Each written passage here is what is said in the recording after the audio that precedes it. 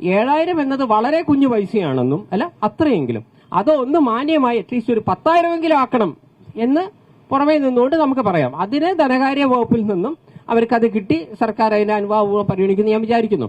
അതോടൊപ്പം ഇവർക്ക് ഈ 7,000 രൂപ പോലും മര്യാദയ്ക്ക് പലപ്പോഴും കിട്ടുന്നില്ല. ഞാൻ ഇതിനുശേഷം ഈ ദിവസങ്ങളിൽ പല ആളുകളുമായിട്ട് സംസാരിച്ചപ്പോൾ എന്നോട് പറയുന്നത് ഇവർ പലതരത്തിലുള്ള ഒരു മീറ്റിങ്ങിനെ വിളിച്ചു, ഇവർ പോകുന്നില്ല എങ്കിൽ ഇവർക്ക് 700 രൂപ ഏറ്റവും കട്ട് ചെയ്യുന്നു അല്ലേ?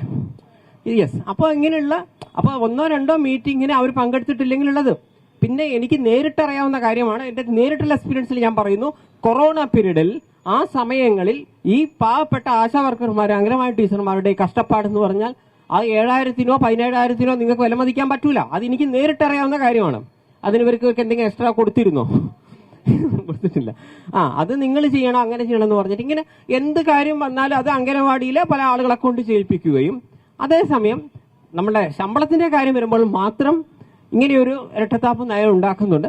തീർച്ചയായിട്ടും നിങ്ങൾ അർഹതപ്പെട്ടത് അനുഭാവപൂർവ്വം ധനകാര്യ വകുപ്പിൽ നിന്നും അവരുടെ സാമ്പത്തിക സ്ഥിതി മനസ്സിലാക്കി ഒന്ന് മെച്ചപ്പെടുത്തി കൊടുക്കണം. ഏറ്റവും ചുരുങ്ങിയ പക്ഷേ ഒരു 10 രൂപയെങ്കിലും ആക്കി കൊടുക്കണം എന്നാണ് എന്റെ മനസ്സ് പറയുന്നത്. ബാക്കി സർക്കാരാണ് ചെയ്യേണ്ടത്. അതെന്റെ കൺട്രോളിൽ വരുന്ന കാര്യമില്ല. സന്തോഷ് പണ്ഡിറ്റിന്റെ കൺട്രോളിൽ വരുന്ന കാര്യം ഇതാണ്.